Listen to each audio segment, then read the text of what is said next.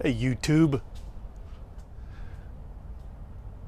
you can get a good look at a computer by sticking your head up a tube. No, you can get a good look at YouTube by sticking your head up a computer's ass. But wouldn't you rather take its word for it? No, wait a minute. It's got to be your tube. Going to be an exciting video today. Sparks will be flying, welds will be welding, reassembly will be reassemblage. Got a lot going on. Still haven't done anything to the van. That's also going to be in this week's video. Very exciting stuff. If I act enthusiastic, I'll be more enthusiastic. And I do. And you know, it's exciting to get to weld stuff back together. That means you're really making progress and you're over the hump. You've taken everything apart, you've cleaned everything, and things start going back together as soon as the spray paint is dry. So when I do that, that'll cue the music and we'll get on with the video. So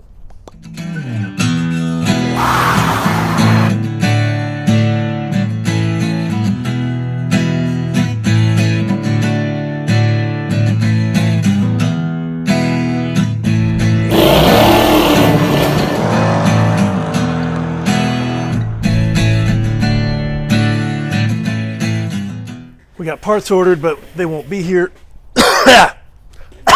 until Monday. But you're probably not watching this until Friday, or I guess technically any day. The parts will be here in 2 days from where I'm taping right now. That gives us a chance to disassemble everything and get it nice and clean. So when we get our parts in, it will be disassembled and nice and clean. Let me throw a little light on the subject. Oh shit, it's way up there. No, son of a. Time to put on some gloves, grab some tools, and do the disassembly. Since it is just removing 4 cotter pins and 4 bolts, and some washers and some bushings, and 4 more bolts, and then 2 more bolts, and more washers and more bushings. I'm going to go ahead and remove the sway bar, anti-sway bar, and get all this area all cleaned up. And that will also give us a little more room for welding in here where we need to weld. So I can't believe I was going to do the time lapse without first composing some hot rod music. We got to have some kind of tunes to accompany the time lapse.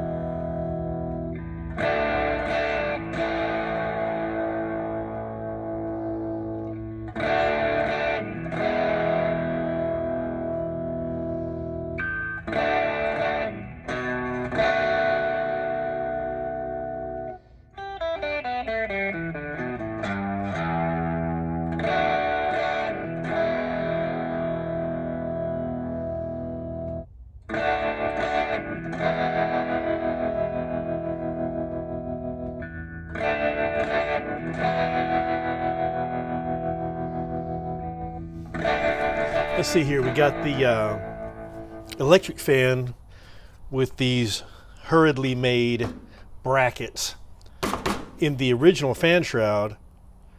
This is the original fan shroud from a Fox body Mustang, as well as was this radiator was from a Fox body Mustang. So I'm just going to remove the 2 retaining bolts, and then it has these 2 clips at the bottom. Very similar to the way the fan shroud worked on the Camaro radiator that we put in the van over there. Let's just see here. To fill these gaps with spray foam, so when the fan is on, it's pulling air through the through the radiator only, and air's not being sucked back in through these big openings around the fan, I don't know if it's going to make a big difference, but I've got the radiator out, so what the hell. And I remember reading that the Ford Taurus fans moved quite a bit of air, so that's probably what I snagged up on.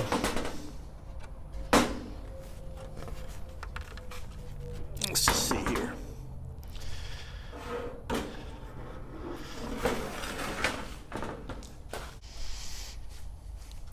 You see this big gap here and this big gap here. These are really what I want to close up, and there's one right here. So I'm thinking I might just throw a bit of tape over these and then spray foam them from this other side, you know, to close that up.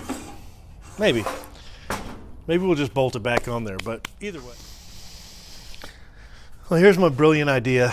I'm gonna use some of this foil tape and foil tape up these gaps here and here like this. And then from this side, I'll get some low expansion foam and fill that in.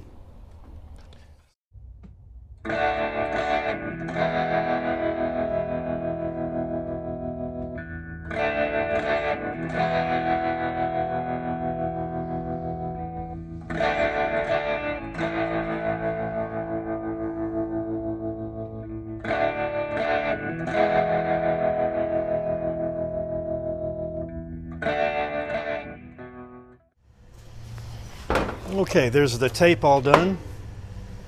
And now we'll see about finding some spray foam. I'm bound to have some around here somewhere.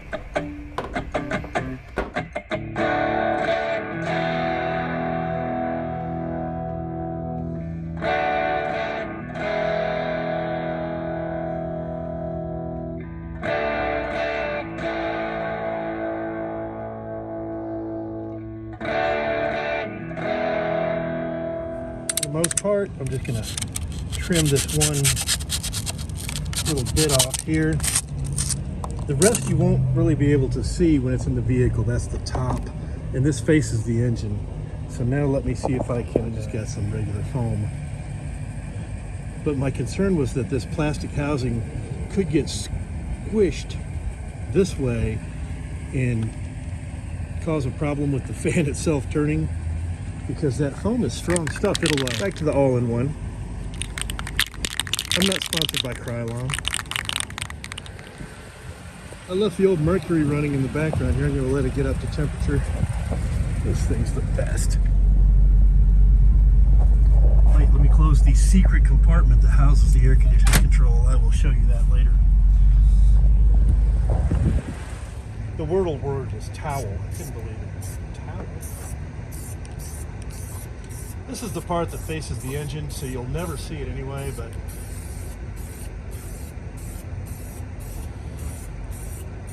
one of the mottos of custom car builders is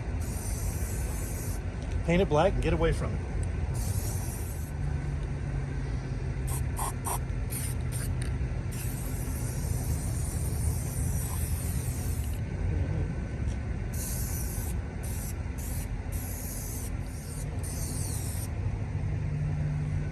You see this blue mark? That means I got it from a salvage yard, and I think it's a Ford Taurus fan.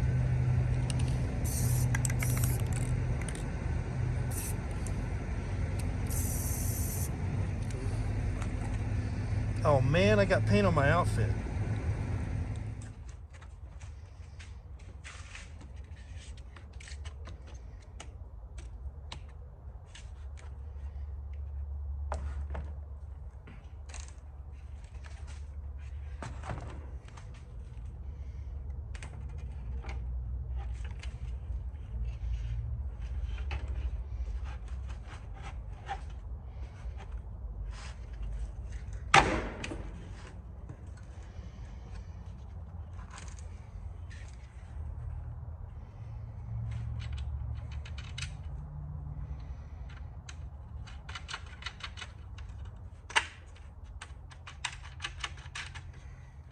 have to plant a tulip bulb every year, then where do you get the new bulbs? I mean, don't tulips make new bulbs? Or is there like a bulb cloning facility in Holland? Time for safety corner. It's a good idea to raise your vehicle to where the brake rotor dust cover that's razor sharp is exactly the height of your cranium. Look it, we got some stuff.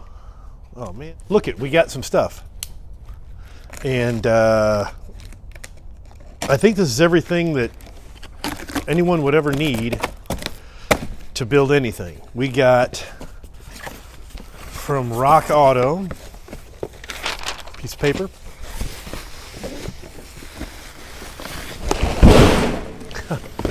Good packing, Rock Auto. We got rotors. What we're looking for are bearings.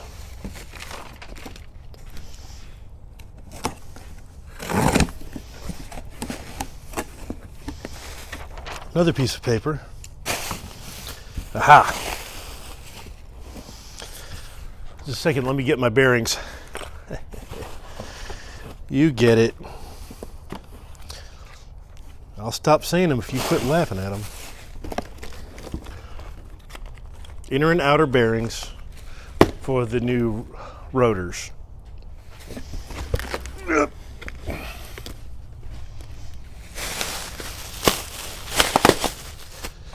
All right, there's a lot to unpack here. Let's see, we got 2 more boxing. Boxing? More than one box? Is that boxing?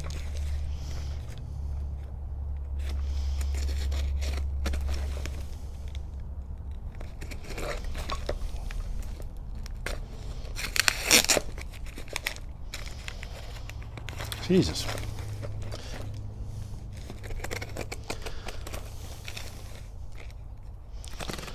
Rock Auto could learn a thing or two from this guy. This is going to be extra wire,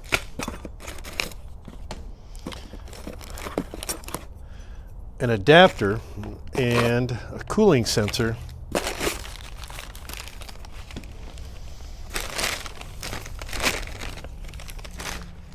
Let's see what's going on in California. High school baseball. Orange Lutheran wins the battle of the top teams. Congratulations, Orange Lutheran. You knew you could do it. We knew it. This will be the coolant adapter, and it'll go in line in the upper radiator hose, which is your supply hose to the engine on the van. We'll get into that a little later, but I'm glad to see this is here. We've got this, I wonder if an Orange Lutheran is just a regular Lutheran that has been eating a lot of Cheetos.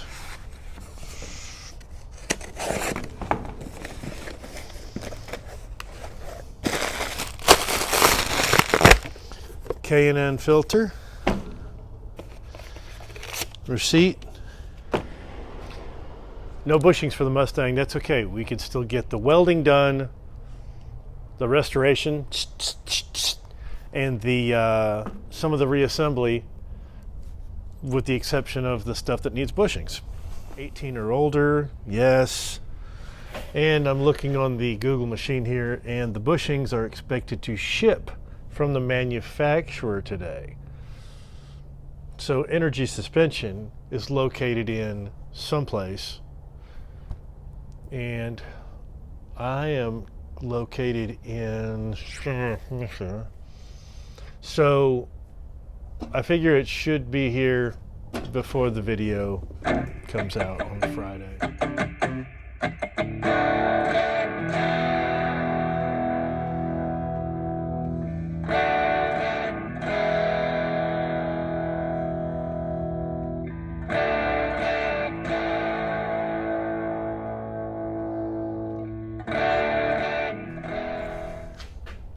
It's way bright. Okay, we've got the area cleaned up a good bit. I was just gonna see if I can bring you over here and show you. We're going handheld. Here we go. I hope you don't get seasick easily. Handheld, take 22. I took a wire brush and cleaned up the area. Wire wheel, rather. I took a wire wheel and cleaned up the area that needs to be welded back. And we're going to do a little impact forensics here. There's a little flare right here and a little scuff and dent right here. And I believe what happened is when the car landed, this piece went backwards towards the rear of the vehicle. We're at the front of the vehicle. That way, the way this is torn, bent out, and the way the other side is bent inward. So it looks to me like it moved rearward with a violent earth-shattering kaboom. So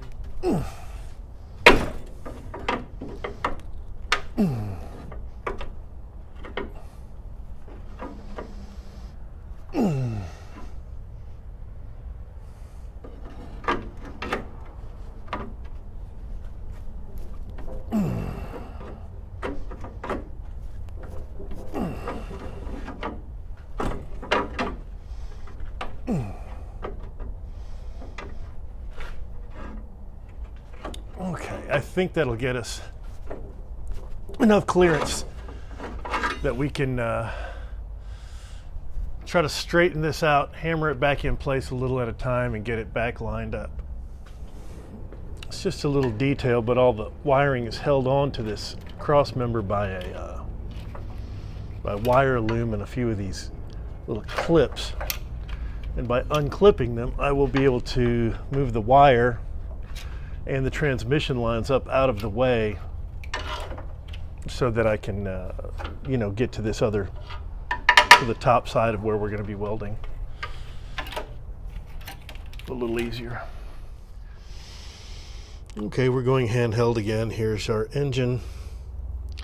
Here's our cleaned up cross member.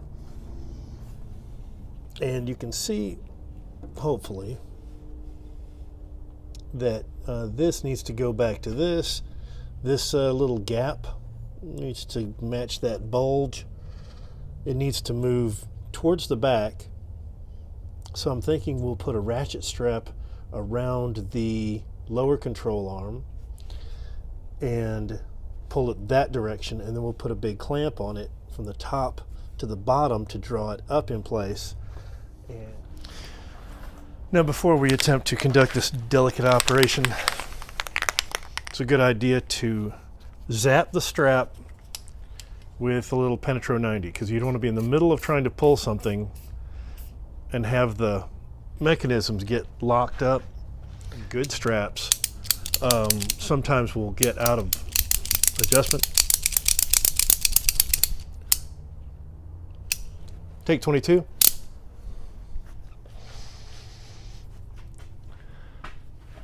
I'm going to want this right here. So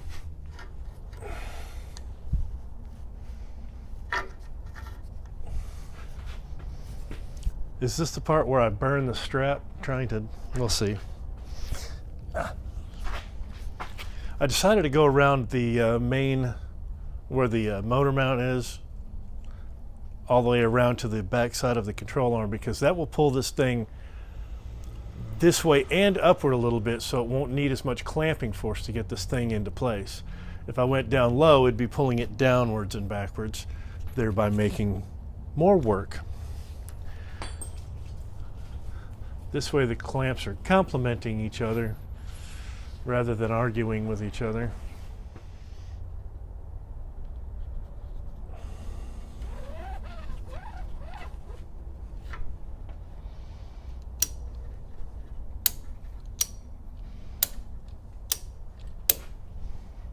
And see then from the top where we are.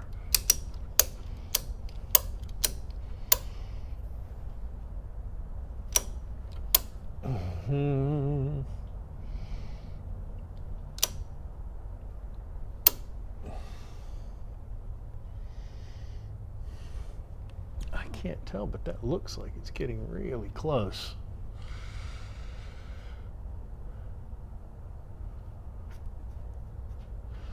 I'm going to have to look at it from the top before I can tell.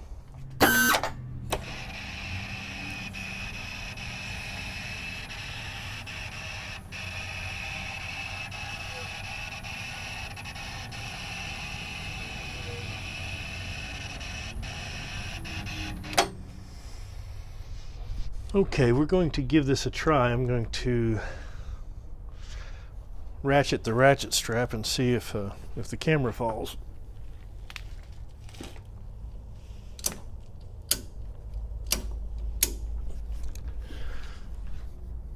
We are getting, man, that looks close.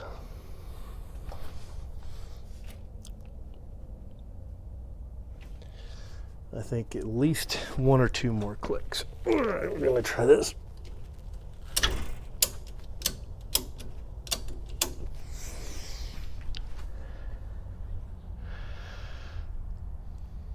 I don't know, I think that's about it.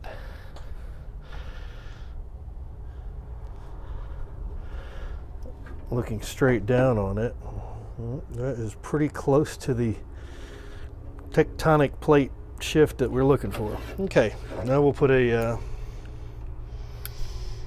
clamp on it top to bottom and see if anything moves around.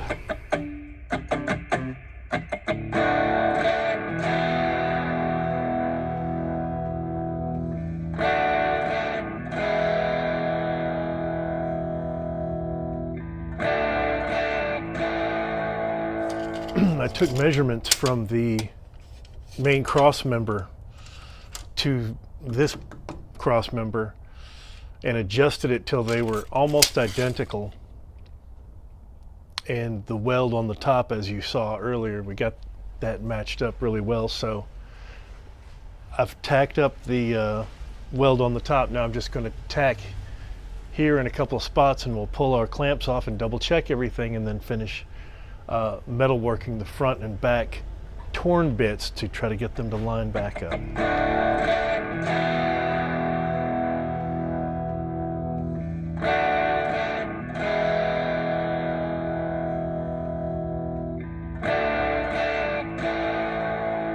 There we are. Now we've got our cross members stitched up nicely.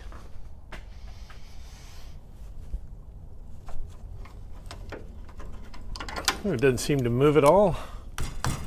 She's pretty solid, but I want to go ahead and hammer this metal back in place and shape this metal back into place and put a few welds on the front and back, and we'll be able to powder coat it and begin reassembly. We need to make new radiator mounts because this is the radiator, what they call the core support, and it's pretty mangled. And the radiator mounts that were bolted between these two pieces, both of them snapped like twigs, and they were pretty mangled when I took them out. So we'll go ahead and make two new ones that will fit the radiator from the Fox body, and it'll sit maybe a half an inch higher, and it'll sit a little bit better in the hole for the radiator when we put it back in.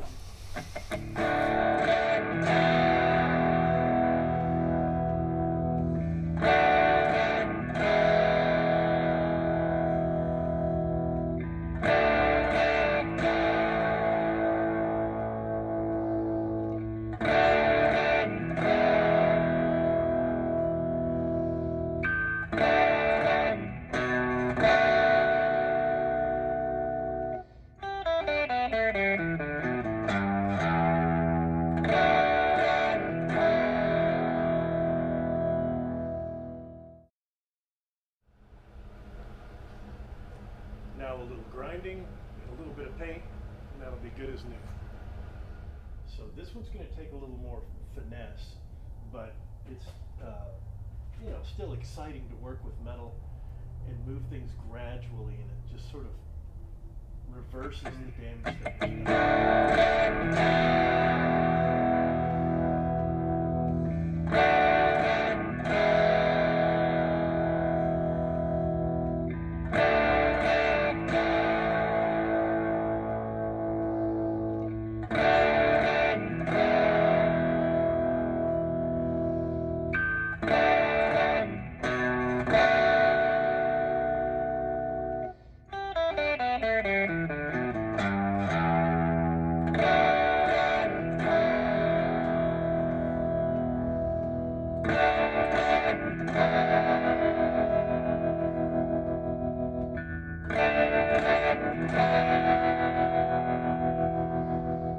Take 22.